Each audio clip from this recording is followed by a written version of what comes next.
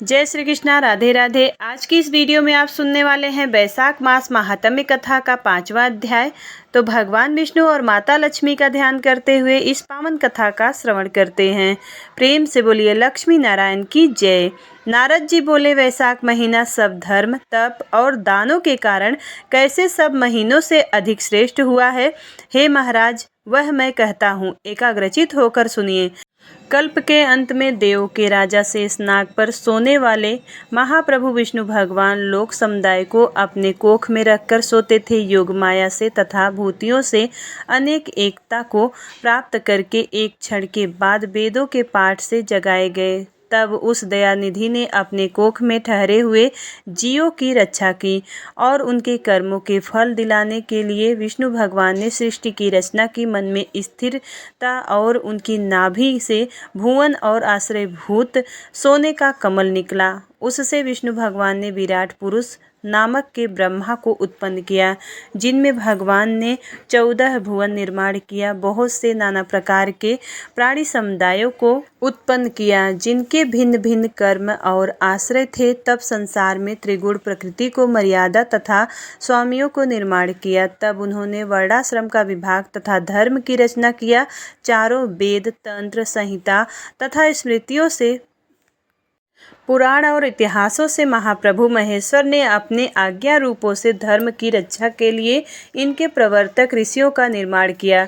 इन्होंने वर्णाश्रम का विभाग किया और सबको अपने अपने धर्म में प्रवृत्त किया, और सब प्रजा इन विष्णु भगवान को संतुष्ट करने वाले पर उचित श्रद्धा रखने लगी। सबके हृदय में बसने वाले अविनाशी भगवान विष्णु ने यह देखने के लिए कि उनकी आश्रयभूत प्रजा अपने धर्म में प्रवृत्त है कि नहीं, तथा उनको भय दिखलाने और परीक्षा करने के लिए संसार में साक्षात आए।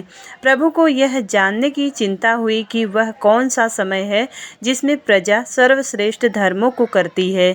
ये प्रजा मेरे बनाए हुए वर्षा काल में कष्ट उठाती है और कीचड़ इत्यादि उपद्रवों से पीड़ित होकर श्रेष्ठ कर्मों को नहीं करती। यह देखकर मुझे क्रोध होता है और संतोष नहीं होता। मेरी दृष्टि में वे कष्ट न उठाएं, इसलिए मैं इनको देता हूँ। यदि शरद ऋतु बनी रहे तो खेती की पूर्ति नहीं हो सकती।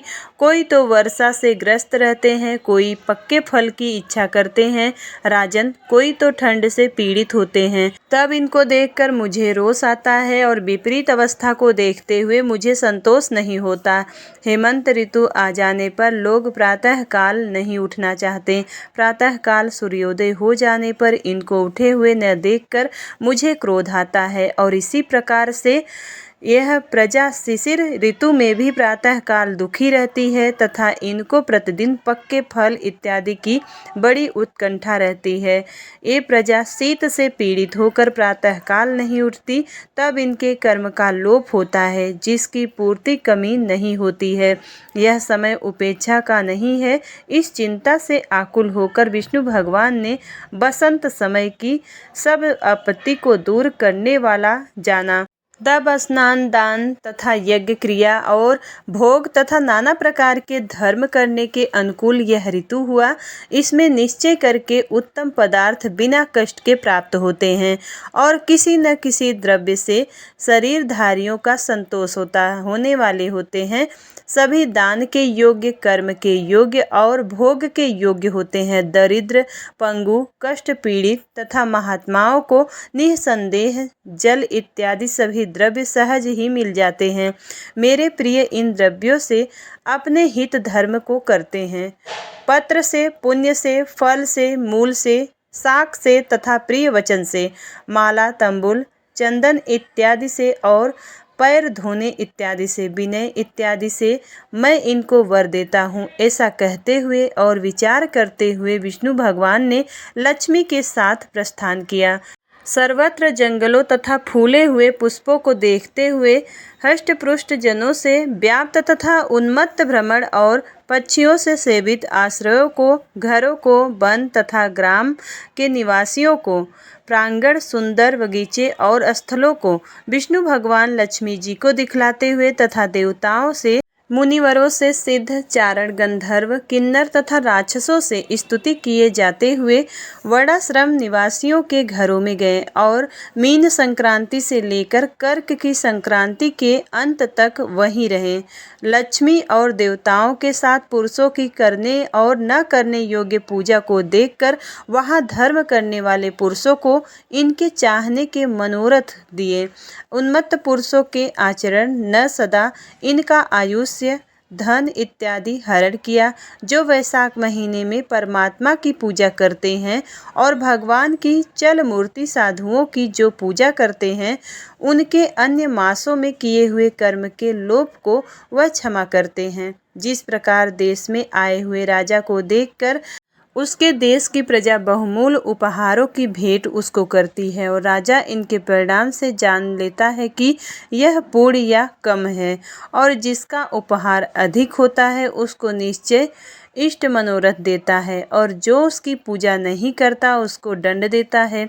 इसी प्रकार से विष्णु भगवान माधव प्रिय वैशाख मास में अपनी सृष्टि की पूजा करने वाले पुरुषों को इष्ट मनोरथ देते हैं और न करने वालों के धन इत्यादि को निश्चय हर लेते हैं।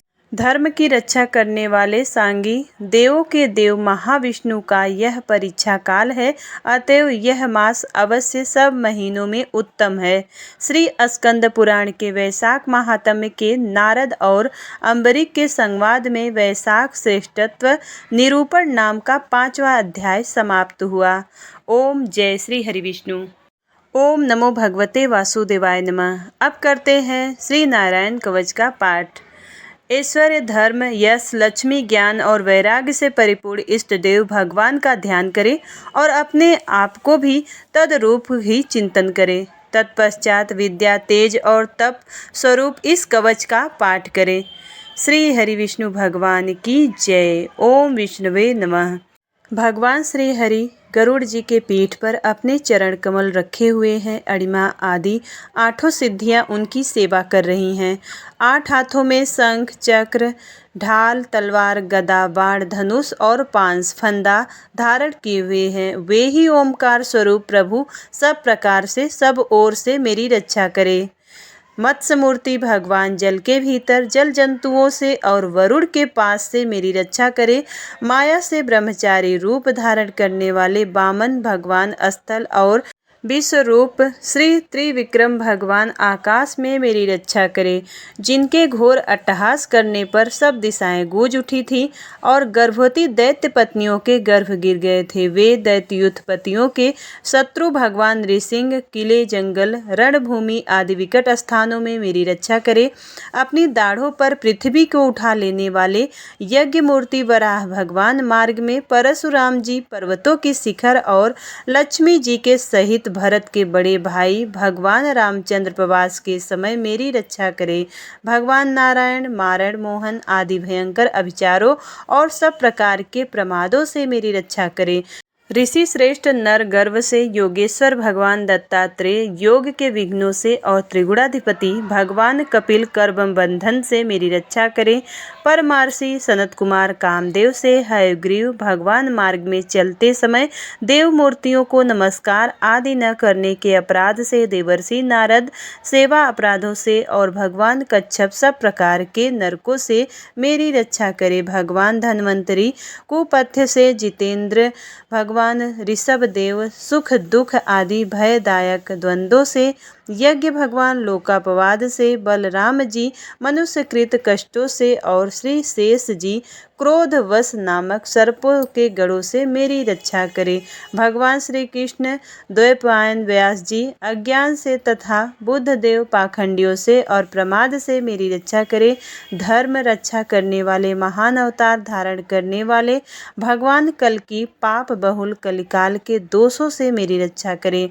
प्रातःकाल भगवान केशव अपनी गदा लेकर कुछ दिन चढ़ जाने पर भगवान गोविंद अपनी बांसुरी लेकर, दोपहर के पहले भगवान नारायण अपनी तीक्ष्ण शक्ति लेकर और दोपहर को भगवान विष्णु चक्रराज सुदर्शन लेकर मेरी रक्षा करे। तीसरे प्रहर में भगवान मधुसूदन अपना प्रचंड धनुष लेकर मेरी रक्षा करे। सायंकाल में ब्रह्मा आदि त्रिमूर्ति माधव, सूर्यास्त के बाद ऋषिकेश, अर्धरात्रि के पूर्व तथा अर्धरात्रि के समय अकेले भगवान पद्मनाभ मेरी रक्षा करे।